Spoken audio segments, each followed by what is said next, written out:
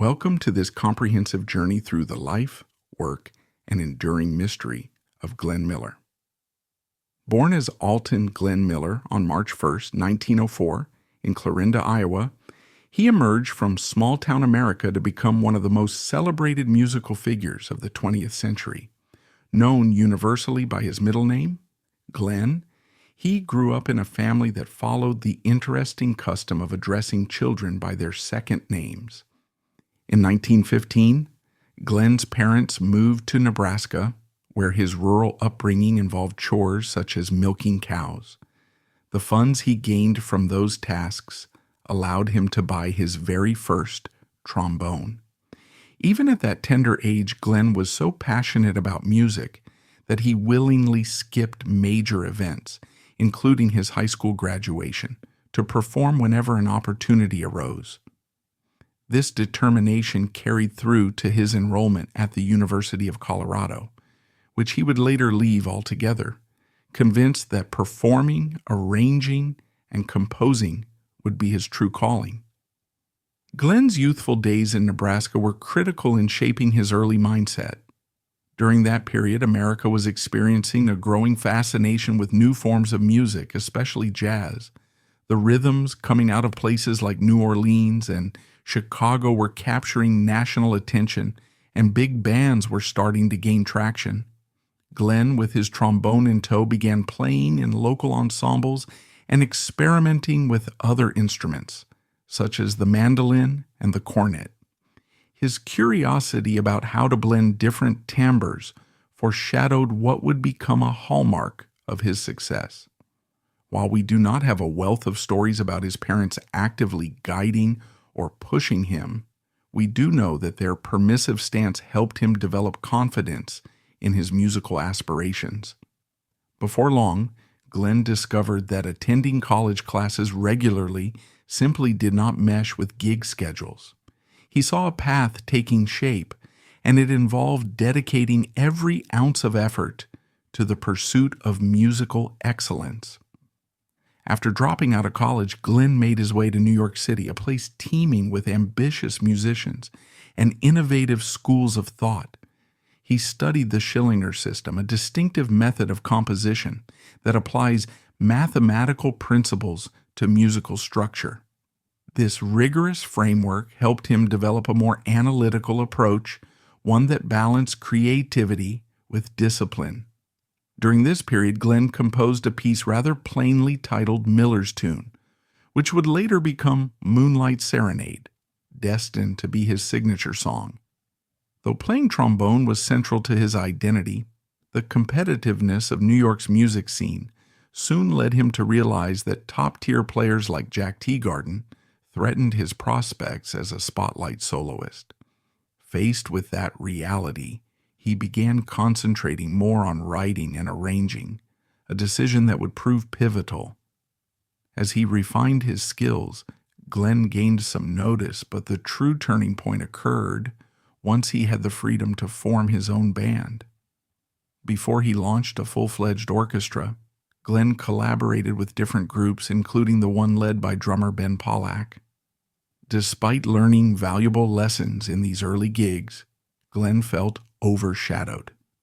It was not until he persuaded a friend, Simon Schreeman, to lend him financial support that he could assemble a band bearing his name. Around 1938, he was offered a performance at the now legendary Glen Island Casino in New Rochelle.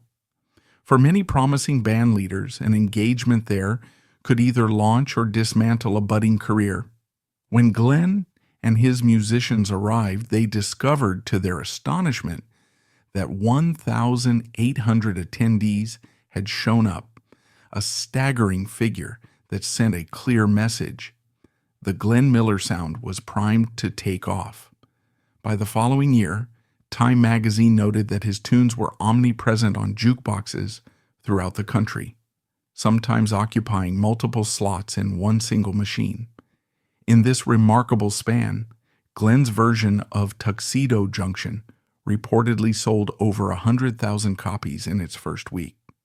That was an extraordinary achievement for an era when mass distribution of records was still evolving. Yet the accolades did not stop there. Glenn's star rose rapidly until he found himself playing every musician's dream venue, Carnegie Hall, in 1939. The capacity crowd and the critical acclaim signaled that he had achieved top-tier status in the fiercely competitive realm of big band music. Riding this wave of success, Glenn caught the eye of 20th Century Fox, which invited him to lend his musical talent to their film production. The result was Sun Valley Serenade, where Glenn not only had a small role, but also took center stage in a mesmerizing 8-minute sequence featuring Chattanooga Choo Choo. That spirited, dance-laden piece became a massive success, eventually recognized as the first gold record in history after surpassing the million-seller milestone. Yet, beyond his musical triumphs, Glenn Miller was also a deeply patriotic individual. As the United States inched closer to direct involvement in World War II, Glenn weighed his options for serving his country. He faced obstacles because, at that stage, the draft was not calling married men. Additionally, his need to wear glasses raised further doubts about whether he could qualify for active service. Never one to let bureaucracy hold him back, Glenn penned an impassioned letter to the U.S. Army, articulating a bold idea. Why not create a modern Army band that played jazz and swing, styles that resonated with the troops? He believed that morale-boosting music could be as potent as any piece of equipment on the battlefield. After some back and forth with officials, his wish was granted, and he was given the opportunity to shape the future of American military music. Meanwhile, on the personal front, Glenn's life took a decisive turn when he reconnected with an old college sweetheart, Helen Berger. Helen's parents harbored strong reservations about their daughter marrying a musician, especially one without a college degree or a reliable income. Yet Helen believed in Glenn's talent and dedication. She moved to New York and married him, defying parental admonitions. Over time, Glenn's growing reputation proved that their confidence was not misplaced. Helen's role would become essential during the most stressful phases of Glenn's career, particularly during his demanding tours and uncertain periods of band management. She often provided the emotional ballast that every successful performer needs. The couple built a family through adoption. First, they welcomed a son named Stephen, and later, a daughter named Johnny. Tragically, Glenn would never meet Johnny, as he vanished before returning home to see her. For Glenn, 1942 marked a pivotal juncture. Having secured permission to enlist in the Army Air Forces, he was commissioned with the rank of captain and tasked with reformulating the Army's approach to music. He quickly got to work selecting top-tier musicians from different branches and uniting them under his leadership. This new ensemble, often referred to as the Army Air Forces Training Command Band, embarked on numerous broadcasts and live shows intended to rally the spirits of both service members and the public. Glenn was not simply a figurehead. He was actively involved in orchestrations, rehearsals, and the administrative minutiae that accompanied managing a big band within the constraints of the U.S. military. His drive and passion were evident as he shaped marches and military standards into jazz-infused arrangements, convincing skeptical superiors that upbeat rhythms could indeed enhance the troops' emotional state. As Glenn's music reverberated through radio waves and military bases, people back home found a sense of comfort, particularly during a dark time when casualty lists mounted. The band often played beloved numbers from Glenn's civilian repertoire, including Moonlight Serenade and In the Mood, meshing these hits with stirring versions of patriotic tunes. Throughout this process, Glenn dealt with naysayers, primarily hardline traditionalists in military music circles who considered jazz frivolous or rebellious. Nevertheless, his unwavering commitment and the overwhelmingly positive feedback from the rank and file won the day. By mid-1944, Glenn and his unit were called upon to travel to Europe to continue delivering musical support. General Dwight D. Eisenhower explicitly saw the value of Glenn's band for boosting Allied morale overseas, and Glenn eagerly awaited the chance to perform closer to the front lines. While in England, Glenn's circle included the British actor David Niven, who was serving in the British Army. Niven played a crucial role in facilitating Glenn's relocation to Europe. Together, they hashed out a plan to shift the band's activities from England to newly liberated areas in France. Although the details took longer than anticipated to finalize, Glenn's enthusiasm never waned. When a flight was canceled due to unfavorable weather on December 14, 1944, Glenn accepted Lieutenant Colonel Norman Basil's invitation to board a small UC-64A Norseman aircraft the next day. Officially, Glenn was not on the manifest. His travel orders did not authorize him to take that particular flight. Undeterred, he seized the chance, believing he needed to arrive in Paris ahead of his musicians to ensure everything was ready for their upcoming performances. The plane took off from RAF Twinwood Farm in the early afternoon of December 15, 1944, into a bleak sky burdened with fog and chilly temperatures. This small single-engine aircraft was not well equipped to handle icing conditions, a known hazard for winter flights across the English Channel. Even so, Glenn seemed unfazed, determined that every lost day meant fewer opportunities to uplift the troops. Tragically, the plane never reached its destination, and no conclusive evidence surfaced about its final whereabouts. The next day, one of the largest German counteroffensives of the war, the Battle of the Bulge, erupted, diverting Allied attention. In that frenzy, few registered that Glenn's plane had vanished, and it would be 9 days before anyone officially declared him missing. When news finally broke that Glenn Miller was nowhere to be found, it shocked the music world and the public. Listeners had grown so accustomed to Glenn's cheerful broadcasts and had come to associate him with a wholesome brand of hope. The Army dispatched officers to inform Helen Miller personally, who was left devastated, especially given that Glenn had not yet met his adopted daughter, Johnny. The official Army statement marked Glenn as missing in action. The rumor mill soon churned out theories. Some claimed the aircraft was brought down by German anti-aircraft fire. Others advanced the idea of a covert mission targeting Glenn specifically.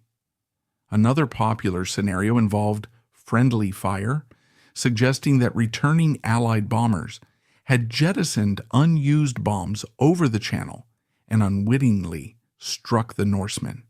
However, many experts consider the simplest explanation, icing or mechanical failure, the most plausible. In the years following the war, the Glenn Miller story evolved into something of an archetype for how a national hero can vanish at the peak of renown, leaving behind a trail of unanswered questions.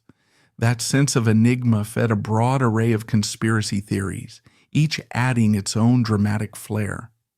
The lack of a definitive crash site, combined with the initially chaotic conditions in Western Europe at that time, fueled these speculations.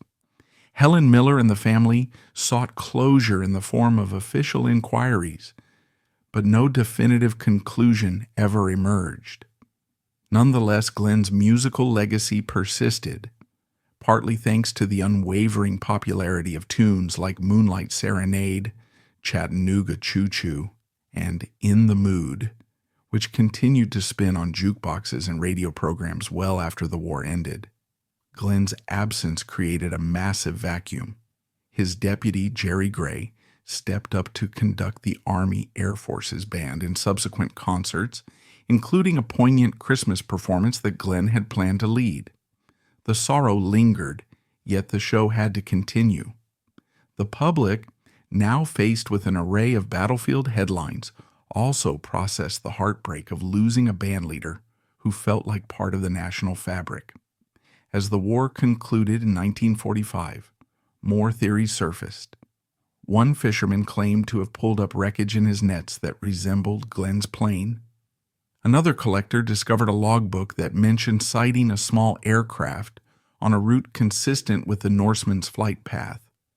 Though these leads generated momentary enthusiasm, none were proven conclusive, adding to the sense of unresolved tragedy surrounding Glenn's memory. Meanwhile, Helen forged on, raising Stephen and Johnny. Over the ensuing decades, Stephen faced repeated questions about his father's disappearance, prompting him to hire Dennis Sprague, an authority on Glenn Miller, to investigate archival documents thoroughly. Sprague's findings leaned heavily toward the notion that ice in the fuel intakes forced the Norsemen down somewhere in the channel. This theory resonates with known issues about that particular aircraft model in sub-freezing weather. Stephen sadly passed away in 2012 before these conclusions could be universally publicized. Yet for many who seek answers, that explanation stands as the most logical. Nevertheless, the allure of a legendary musician vanishing in wartime guarantees that the speculation remains very much alive, with new theories occasionally cropping up. Though the manner of Glenn's passing remains unclear, his musical innovations and distinctive sound live on. The Glenn Miller Orchestra, reformed after the war under Tex Beneke, a saxophonist and singer from the original group, carried forward the repertoire that Glenn had popularized. Audiences still flocked to hear Tuxedo Junction, Pennsylvania 6-5000, and other big band staples. Fans treasured that famous reed sound, often a clarinet leading over a tight cluster of saxophones, which imparted a dreamy mellowness to slower numbers and a punchy brightness to the more energetic pieces. In the 1950s, the film The Glenn Miller Story, starring James Stewart, further cemented the bandleader's image in American cultural memory. The combination of cinematic storytelling and actual Glenn Miller hits introduced whole new generations to the music that had galvanized dancers in ballrooms across the country during the late 1930s and early 1940s. Apart from his professional accomplishments, Glenn's decision to marry Helen Berger drew attention to his steadfast resolve in the face of familial doubt. Her parents worried about their daughter's financial security, given that jazz trombonists were not exactly viewed as bastions of economic stability. However, Glenn's meteoric rise vindicated their love and faith in one another. The couple's adoption of Stephen and Johnny underlined their commitment to building a stable life despite the unpredictable nature of touring and show business. Helen recalled in various personal accounts that Glenn was a gentle soul, devoted to his craft yet also capable of quiet domestic joys.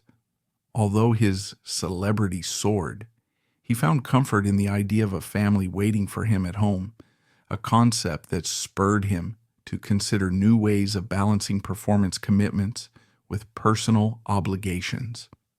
Alongside his marriage, Glenn also formed or maintained essential professional relationships, including the one with his early backer, Simon Shreeman. Without Shreeman's investment, the Glenn Miller Orchestra might never have come into existence at the scale it did. Glenn also held a collaborative friendship with David Niven, who helped him navigate military bureaucracy in Britain. There was camaraderie among many band leaders, though naturally competition existed as well. Benny Goodman, the Dorsey brothers, Artie Shaw, and Duke Ellington all carved out their styles. Glenn's unique gift lay in forging a signature approach that transcended strict jazz or pop boundaries. The formula he perfected, blending reeds in a velvet smooth harmony, punctuated by crisp brass lines, proved to be a commercial juggernaut. This success validated his initial leap of faith away from college and into full-time music. In truth, Glenn Miller's career soared during a golden window for big bands, roughly from the mid-1930s to the early 1940s. Dance halls thrived, and radio programs like those sponsored by Chesterfield Cigarettes disseminated music to millions nightly. Glenn seized every advantage this environment provided, from conducting sponsored broadcasts to playing high-profile gigs. Even Hollywood recognized his magnetism, leading to cameo roles and full-blown features that put the band center stage. Yet, he never remained content with mere commercial triumph. The onset of war pulled at his sense of duty, and he strove to do more than just entertain from a distance. He wanted to be in the thick of the action, using his music to buoy soldiers far from home. This aspiration saw him transform into Captain Glenn Miller, bridging the gap between American swing and patriotic service. During his tenure in uniform, Glenn refined the Army Air Forces band, shaping it into an exceptional group that performed for radio broadcasts and live audiences at various European bases. Jerry Gray became integral in crafting arrangements that maintained the Glenn Miller sound, ensuring that what service members heard resembled the beloved tunes back home. Morale soared as weary troops discovered a comforting familiarity in the swirl of saxophones. In that capacity, Glenn's achievements were twofold. He helped orchestrate a shift in the armed forces' perception of music, while simultaneously giving countless soldiers a taste of normalcy amid unimaginable stress. It was less about personal glory and more about contributing to the war effort in a manner he understood best. That sincerity endeared him further to a public already enamored of his easygoing charm and unforgettable songs. The question then is, had Glenn Miller survived, what additional impact might he have had on post-war music? In the years following World War II, America's musical landscape changed dramatically, with bebop jazz emerging from the likes of Charlie Parker and Dizzy Gillespie, the seeds of rock and roll taking root, and the big band era gradually waning in popular culture. Glenn, who might have been in his mid to late 40s, could have adapted his style or continued as a bandleader, possibly seeking new outlets in television or recordings that catered to a more modern audience. We can speculate that his existing fan base and arranging prowess would have opened doors to film scoring, more film appearances, or large-scale patriotic events. Instead, he was lost to history at the height of his influence, leaving listeners to wonder how many more iconic hits might have been produced, how many more memorable concerts staged. Nevertheless, Glenn Miller's name lived on, partly through the orchestras authorized to carry his legacy, partly through radio and record reissues, and partly through the personal devotion of fans. Into the 1950s and 1960s, people still craved the nostalgic warmth that Glenn's recordings provided, conjuring images of an era filled with elegantly dressed couples dancing the foxtrot under spinning mirrored balls. This ambiance survived in nightclubs that specialized in swing revivals, in special broadcasts around Memorial Day or the 4th of July, and in family record collections passed down through the generations. That continuity explains why, even decades after his disappearance, many can still instantly recognize the opening bars of In the Mood or the lush saxophone lead of Moonlight Serenade.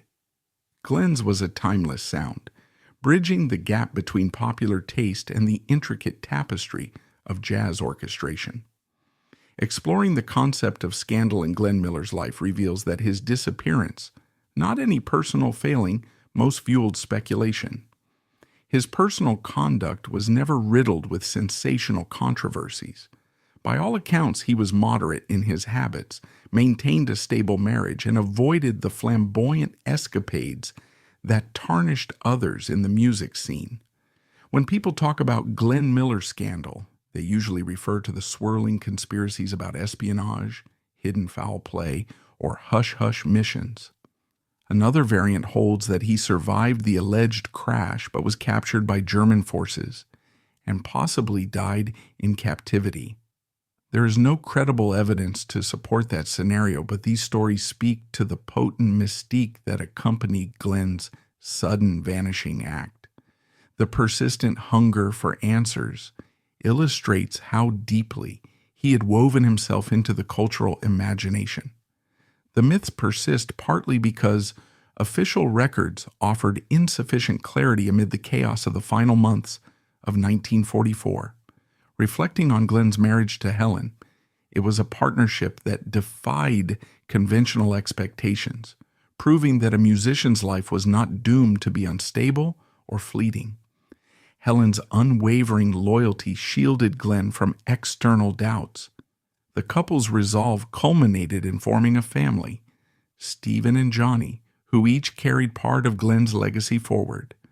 Sadly, the heartbreak of losing Glenn before he ever held Johnny in his arms underscored the fragility of wartime existence. Helen's subsequent years must have been a bittersweet mixture of pride in Glenn's achievements and sorrow at the mystery overshadowing his last moments. Although she granted interviews and corresponded with fans, she largely confronted her pain privately, determined to maintain Glenn's dignity. Her strength and composure reflected the values Glenn often displayed: dedication, steadfastness, and a quiet humility. Glenn also cultivated an extended network of collaborators and supporters. Besides Jerry Gray and Tex Beneke, who were instrumental in maintaining continuity within the Glenn Miller Orchestra, there was a broader community of big band luminaries who intersected with Glenn in major cities, radio studios, and ballrooms. Though each had a signature style, they collectively fueled America's big band craze. Glenn, with his mathematical approach to arranging, owing partly to his Schillinger training, brought a crisp professionalism to the scene. He believed in structure, layering the saxophones in tightly knit chords that created a warm, enveloping aura, especially on ballads like Moonlight Serenade. In up-tempo numbers, the horns burst with energy, while the rhythm section propelled dancers across the floor. These elements converged to produce a brand distinct enough to stand out in a crowded field. Though the big band era would recede after the war, its echoes continue in the many revival ensembles and tributes that crop up in nightclubs, festivals, and even modern TV shows featuring swing dance routines. Glenn's library remains an essential part of these celebrations. New vocalists and instrumentalists study the meticulous arrangements to recreate that famously smooth sax melody. Meanwhile, dedicated researchers and amateur historians delve into everything from archived radio broadcasts to scattered flight records, all in hopes of piecing together a definitive account of Glenn's fate. Their efforts speak to the depth of fascination that lingers around him, a musician who championed both the euphoria of swing music and the principle that uplifting entertainment could serve a patriotic purpose during global conflict. In essence, the Glenn Miller story resonates for multiple reasons. He personified the daring dreamer who leaves academia to stake his future on a trombone. He exemplified the conscientious bandleader who cultivated a polished sound, bridging commercial popularity with refined jazz influences. He demonstrated the patriotic volunteer who could have stayed stateside enjoying stardom but chose to enlist, adapt march tempos to swinging rhythms, and unite soldiers under a shared love of music. His mysterious end epitomizes the unpredictability of war and the heartbreak it can bring, even to those who appear larger than life. There is a melancholy in the knowledge that so many enthralling pieces of music might never have come into being, simply because Glenn did not return from that fateful flight. Yet the recordings he left behind continue to enthrall, proving that a life cut short does not negate the power of a remarkable legacy. Despite the heartbreak, his accomplishments remain undeniable. Chattanooga Choo Choo introduced mainstream audiences to a high-energy extended dance number, anchoring a memorable cinematic sequence. Moonlight Serenade, once called Miller's Tune, still ranks as one of the most romantic orchestrations ever produced. Performances at Glen Island Casino and Carnegie Hall launched Glenn into the musical stratosphere. Collaborations in films such as Sun Valley Serenade brought big band entertainment to silver screens nationwide. When the Army Air Force's band broadcast from Europe, it reminded everyone that the American spirit was alive even in the darkest hours. Although Glenn's plane likely succumbed to weather-related misfortune, his name and music soared beyond that tragedy, imprinting themselves into America's cultural narrative. Today, many who were not yet born when Glenn led his orchestra still recognize his melodies, a testimony to how truly timeless great music can be. From the vantage point of modern reflection, Glenn Miller's tale becomes an American saga of talent, ambition, devotion, and the inescapable uncertainties of life. Looking deeper, one sees how Glenn's improbable rise defied societal norms. Few individuals from rural, unassuming backgrounds managed to transcend local dance halls to influence global musical tastes. His reliance on methodical research, the Schillinger system, and a willingness to pivot his career path whenever he sensed an opportunity demonstrated a strategic mind. When overshadowed by Jack Teagarden, he rebranded himself as a preeminent arranger. When confronted with a national crisis, he reinvented himself as a uniformed morale booster. That chameleonic flexibility might have fueled further achievements had fate allowed him to return and re-engage with the post-war entertainment landscape. Instead, it left historians to wonder what new directions he might have pursued. Perhaps Glenn would have married swing's lush orchestrations with modern recordings, or refined a new wave of big band ballads for the emerging era of high-fidelity sound. The tragedy of not knowing can sometimes intensify the admiration for what he did manage to accomplish in his 40 short years. Meanwhile, the so-called scandal or controversy swirling around Glenn's disappearance underscores how integral he became to American morale during the war. His death could not be a mundane accident. It had to be something extraordinary, fueling rumors of top-secret missions and hidden captures. Yet most meticulous researchers side with a more prosaic explanation. The UC-64A Norseman, subject to icing hazards, succumbed to the harsh December weather, plummeting into the frigid waters of the Channel. The flurry of bombs jettisoned by Allied planes remains a possibility, though no records definitively confirm it. The enduring speculation stems partly from the difficulty of accepting that such a luminous figure could meet such an unremarkable end. Nonetheless, the simplest explanation tends to fit best, given the prevailing conditions and the subsequent disarray caused by the Battle of the Bulge. Had Glenn survived, his children might have grown up knowing their father in more than stories and pictures. Stephen, who tirelessly hunted for clues, might have simply enjoyed having his dad around instead of grappling with conspiracies. Helen might have avoided decades of anguish and constant public curiosity. The big band genre may have received fresh impetus from Glenn's evolving vision. In some alternate timeline, he might have performed live on television specials in the 1950s, collaborated with up-and-coming vocalists, or produced new film scores, bridging the transitional phase between the swing era and early rock and roll. Instead, Glenn's disappearance effectively froze his legend in time, ensuring his image remained that of a dedicated band leader in uniform, confident and hopeful, off to entertain troops behind enemy lines. That image remains deeply evocative, a snapshot that encapsulates a more innocent view of war and service. Despite the sorrowful end, Glenn's overarching narrative remains primarily celebratory. He took a calculated gamble on his musical gift, overcame multiple hurdles in New York, secured spots at iconic venues, broke sales records, and brought an entire nation to its feet with his swinging melodies. He also managed to shape a distinct form of big band music, precise, elegantly layered, and irresistibly danceable. His readiness to join the war effort at a time when he could have stayed home underscores a certain moral fiber that resonates with admirers. He chose service over comfort, convinced his talents could sustain American identity under the onslaught of global conflict.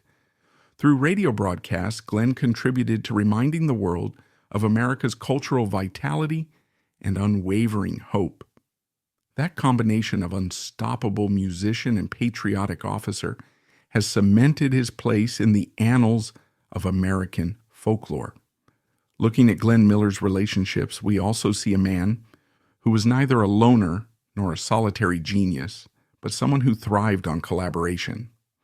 His interactions with other big band luminaries, from Benny Goodman to the Dorsey Brothers, might have carried a friendly sense of rivalry, but they often traded arrangements, ideas, and even band members. Musicians circulated through these orchestras, forging a collaborative spirit. Glenn's approach involved delegating responsibilities to talented arrangers like Jerry Gray, letting them mold his core ideas into the polished recordings audiences cherished. Many of the performers in Glenn's orchestra recalled his relentless work ethic. He was known to drill certain passages over and over, striving for that lush, unmistakable unity of sound. This ethos trickled down to the Army Air Forces band, where discipline remained just as strict, possibly even more so, yet accompanied by Glenn's paternal guidance. Musicians in uniform were expected to function like top-tier professionals, no excuses granted by the ongoing war. For fans wishing to delve into original artifacts, the Glenn Miller Archive at the University of Colorado Boulder offers a treasure trove of documents, photographs, and recordings.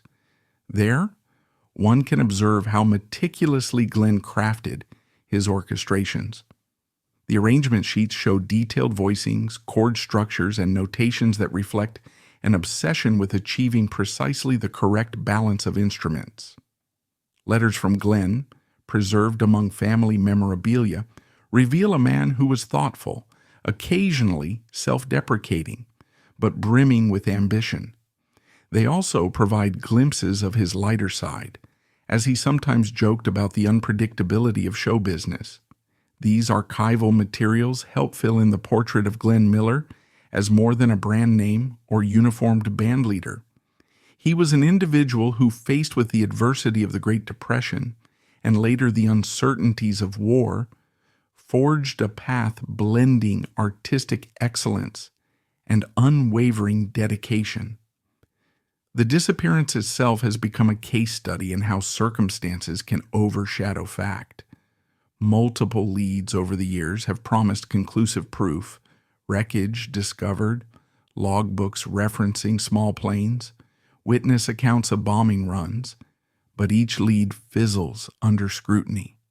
The official narrative is that flight data was meager, rescue efforts delayed by the enormous mobilization around the Battle of the Bulge, and that the remains of the aircraft and its passengers likely sank into the channel's depths. Though occasionally divers or historians propose a new expedition to locate the crash site, oceanic conditions and the passing of time make any conclusive recovery improbable. As with Amelia Earhart's disappearance, the notion of a beloved figure vanishing without a trace compels the public to keep looking, whether or not tangible evidence emerges. The vacuum of clarity has fueled romantic, espionage-oriented, or conspiratorial speculations that become legend in their own right. In cinematic adaptations and retellings, such as the Glenn Miller story, producers took creative liberties to construct a neater, more uplifting narrative. While such dramatizations help keep Glenn's name in the public sphere, they sometimes dilute the complexities and intensities of his actual experiences. Still, that 1954 film featuring James Stewart introduced an entire generation to Glenn's music. Audiences unfamiliar with big bands found themselves entranced by the film's depiction of swirling saxophones, an enamored Glenn, and the heroic style of a man forging on despite hardships. These dramatized renditions underscore how the myth-making apparatus around Glenn's life became part of his posthumous identity. The heartbreak of losing him at the apex of his popularity only heightened his mystique. Historians concede that part of Glenn's enduring fame lies in the synergy between his polished musical craft and the poignancy of his final flight. Today, if we turn on certain radio stations devoted to nostalgic programming, we might still hear a medley of Glenn Miller hits. There is something instantly recognizable about the clarinet lead gliding smoothly over saxes, the gentle pulse of the rhythm section, and the brassy punctuation that brightens each chorus. That precise arrangement formula revolutionized big band music, pushing it toward a carefully constructed style that mainstream audiences found irresistible. The dancing public might not have been versed in chord structures or sonic layering, but they knew Glenn's sound could spark immediate movement on the dance floor. In the Mood is arguably the epitome of that phenomenon, beginning with a modest riff, escalating through a series of build and break moments, and culminating in a rousing finale. The synergy between arrangement and dance is key to why Glenn's recordings remain so iconic. All these facets coalesce into the enduring legacy of a man who started life in a modest Midwestern environment, soared to the pinnacle of swing-era stardom, then volunteered his services to the military, only to vanish in a single ill-fated flight. His tunes, from the elegantly melancholic Moonlight Serenade to the exhilarating blasts of In the Mood, retain a capacity to transport us to an era of zoot suits, lively ballrooms, and uplifting broadcast voices urging unity. Glenn Miller's memory speaks to the possibilities of tireless dedication, the synergy between artistry and discipline, and the universal resonance of music capable of crossing borders, geographical, generational, and social. Even though we mourn the abrupt close of his story, his achievements continue as an everlasting celebration of American jazz, big band innovation, and the power of a melody to bring light into people's lives.